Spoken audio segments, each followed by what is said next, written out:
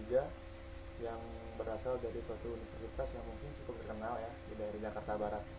Nah, kami membuat video ini bertujuan untuk menyelesaikan tugas kami yang membuat video tentang metode perancangan program, mata kuliah metode perancangan program. Nah, sebelumnya kami ingin memperkenalkan diri. Nama saya Ferry, yang kuning ini namanya Askia, sebelahnya Ayu, dan sebelahnya lagi adalah Vivin. Nah, kami mendapatkan tugas untuk membawakan suatu materi dari mata kuliah ini. Nah, kebetulan kami memilih topik tentang cohesion. Apa sih cohesion itu? Nah, untuk lebih mengetahuinya, yuk kita lanjut ke topik.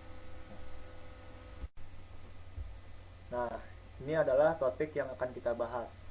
Seperti yang saya bilang, topiknya adalah cohesion. Nah, di sini cohesion dijelaskan adalah suatu keeratan hubungan elemen-elemen di dalam suatu modul, di mana modul yang dibuat itu pasti memiliki fungsi-fungsi yang serupa untuk satu tanggung jawab. Nah, selain itu, cohesion juga bisa dibilang sebagai suatu jenis ordinal pengukuran yang biasanya dinyatakan dengan high cohesion atau low cohesion. Nah, nanti high cohesion ini dan low cohesion ini akan saya munculkan dalam bentuk tabel. Nah, selain itu, lalu modul-modul dengan cohesion yang tinggi cenderung akan bersifat lebih baik. Kenapa? Karena cohesion yang tinggi memiliki beberapa ciri-ciri yang diinginkan oleh perangkat lunak. Seperti apa? Seperti ketahanan, kehandalan, lalu dapat digunakan kembali, dan itu dia juga mudah dipahami. Nah, sedangkan cohesion yang rendah itu memiliki ciri-ciri yang tidak diinginkan oleh perangkat lunak. Contohnya, menjadi sulit untuk dipelihara, sulit untuk diuji, lalu sulit untuk digunakan kembali, dan terkadang sulit untuk dipahami.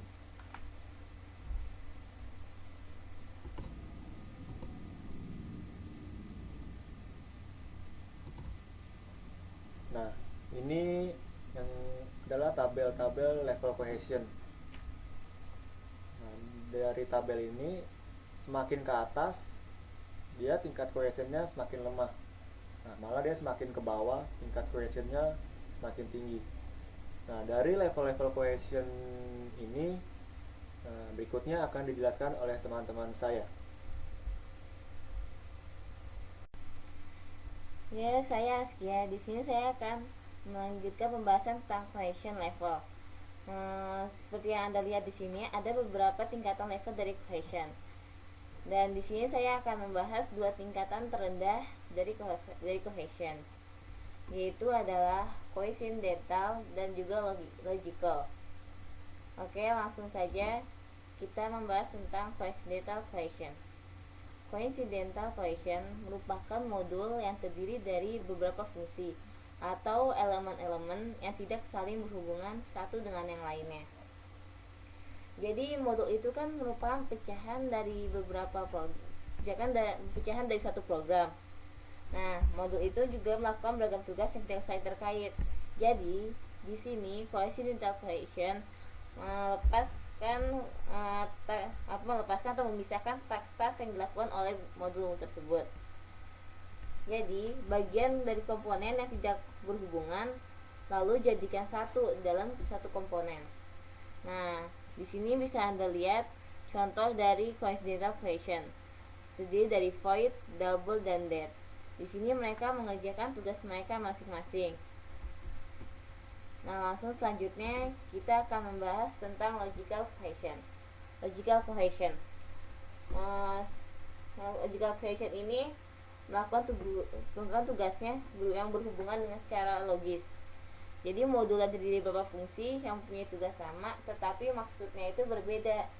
Untuk contohnya, saya akan menjelaskan di Notepad.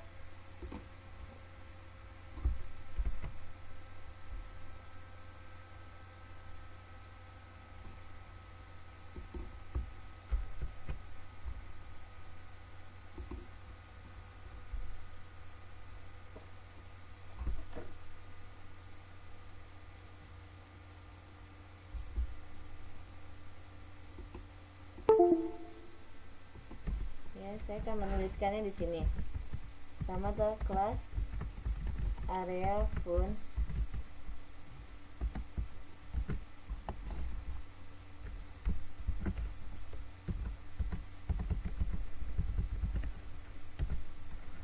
lalu sini kita tuliskan double circle area. So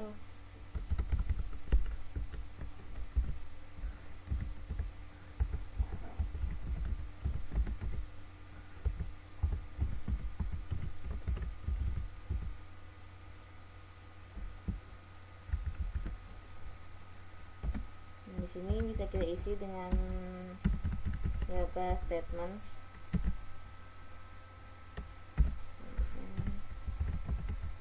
Double rectangle area.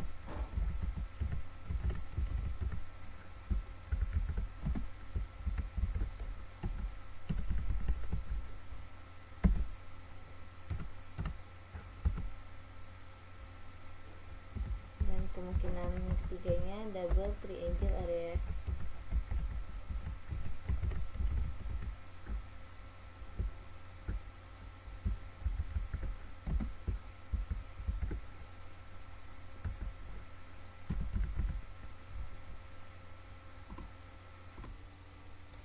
Seperti yang sudah saya katakan sebelumnya, logical question ini memiliki tugas yang sama tapi maksudnya berbeda. Dapat Anda lihat di sini ada circle area, rectangle area, dan triangle area. Mereka memiliki maksud yang sama, yaitu adalah bisa jadi menentukan area, misalkan luas atau apa. Nah, tapi di sini maksudnya berbeda. Maksudnya ada circle, rectangle, atau triangle. Yaitu adalah sekian dari logical question dan juga coincidental question. Terus selanjutnya akan dijelaskan oleh teman saya. Nama saya Yunastiti. Saya akan menjelaskan level cohesion yang selanjutnya, yaitu temporal cohesion, procedural cohesion, communicational cohesion. Nah, jadi temporal cohesion ini adalah modul yang terdiri dari beberapa fungsi dan suatu fungsi atau elemen-elemen di dalam modul yang hanya dieksekusi pada waktu yang bersamaan. Fungsi atau elemen-elemen di dalam modul ini biasanya berupa suatu urutan terjadinya tidak terlalu penting. Saya akan memberikan contoh codingannya di dalam notepad.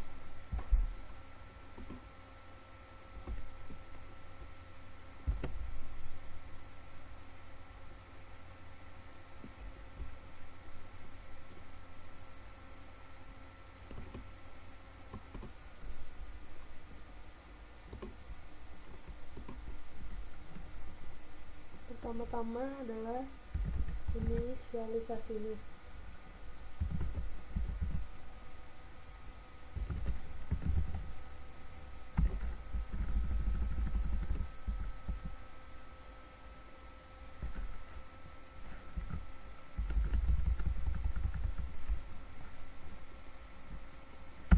Kedua adalah cara kita buka file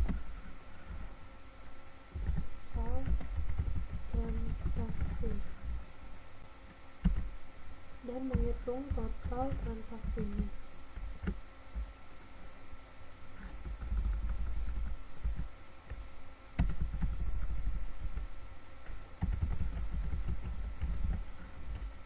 Sama dengan 0. Terusnya total pen sama dengan 0. Terus baris yang dibutuhkan sama dengan kita membutuhkan 30, dan nomor sama dengan 0 karena tidak ada halaman yang dibutuhkan, jadi sama dengan 0. Nah, sesudah itu langsung kita end karena sudah selesai sampai di situ. Contohnya seperti itu. Nah, lanjut lagi ke procedural.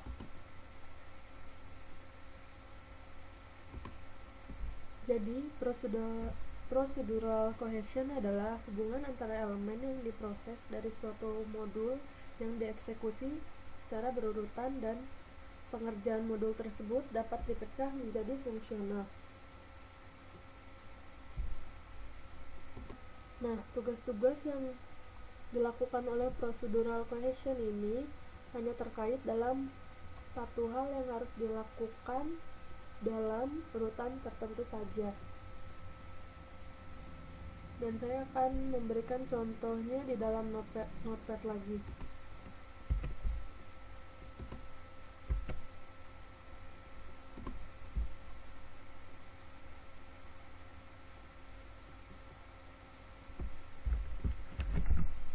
Misalnya kita mempunyai kelas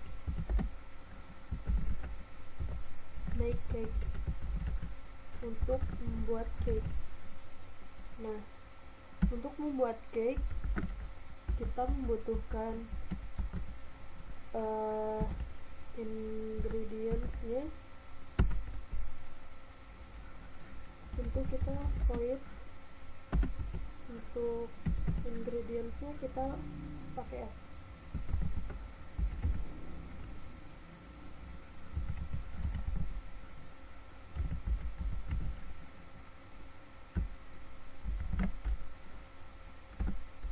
Karena belum ada isinya, kita isi kosongkan dulu. Nah, untuk membuat cake ini kita memerlukan void mix.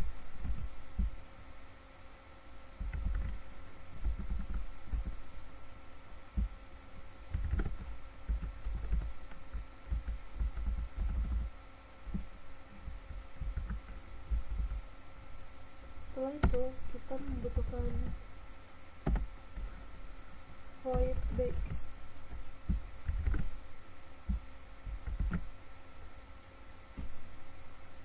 Nah, prosesnya ini harus dijalankan secara berurutan. Ini adalah contoh dari procedural cohesion.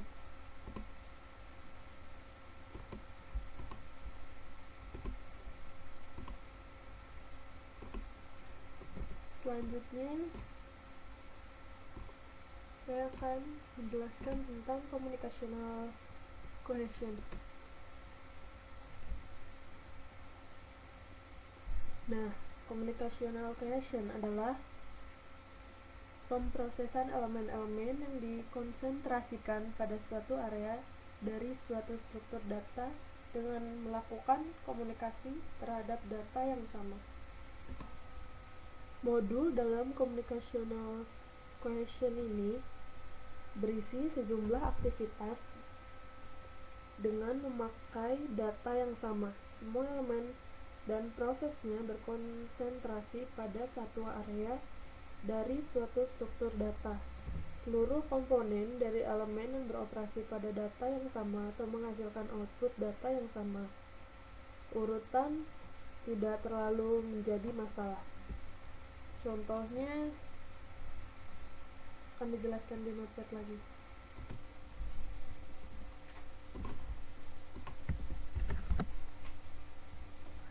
Contohnya kita memiliki kelas transaksi. Nah, di dalam kelas transaksi kita pasti membutuhkan function nomor transaksi.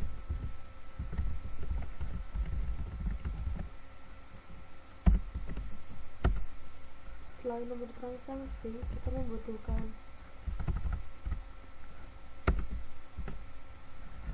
function jenis transaksi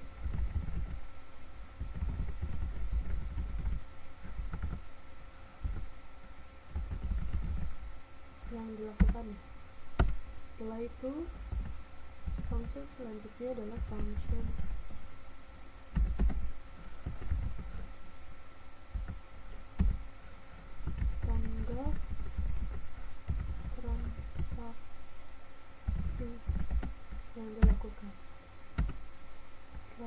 ini adalah function pembuatan atau pembuat transaksi. Nah, ini adalah contoh dari communicational cohesion. Untuk level cohesion yang selanjutnya akan dijelaskan oleh teman saya. Ya, saya Vivian. Saya akan menjelaskan tingkatan level cohesion yang paling tinggi atau yang paling kuat, yaitu sekuensial sama fungsional.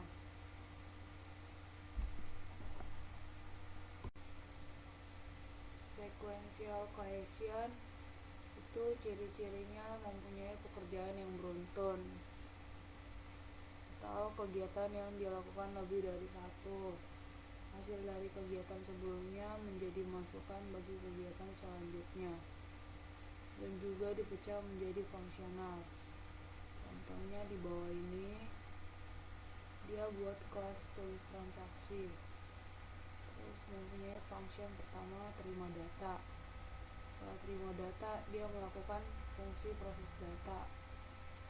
Terus selanjutnya fungsi tulis data, dan yang terakhir fungsi membuat transaksi. Jadi dia kayak buat function yang berurutan.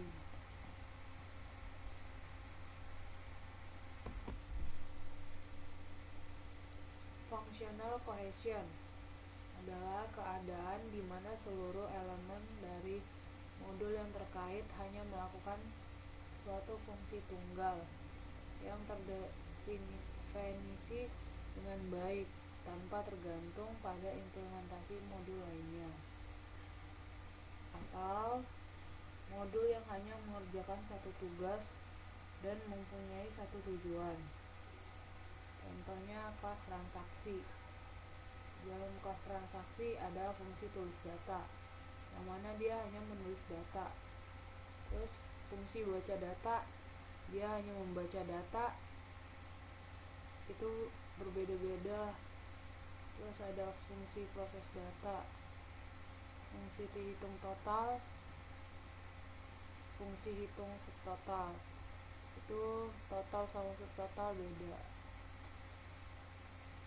Selanjutnya fungsi hitung item.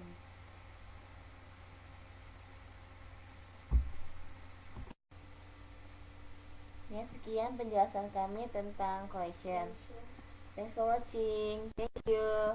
Bye-bye. Bye.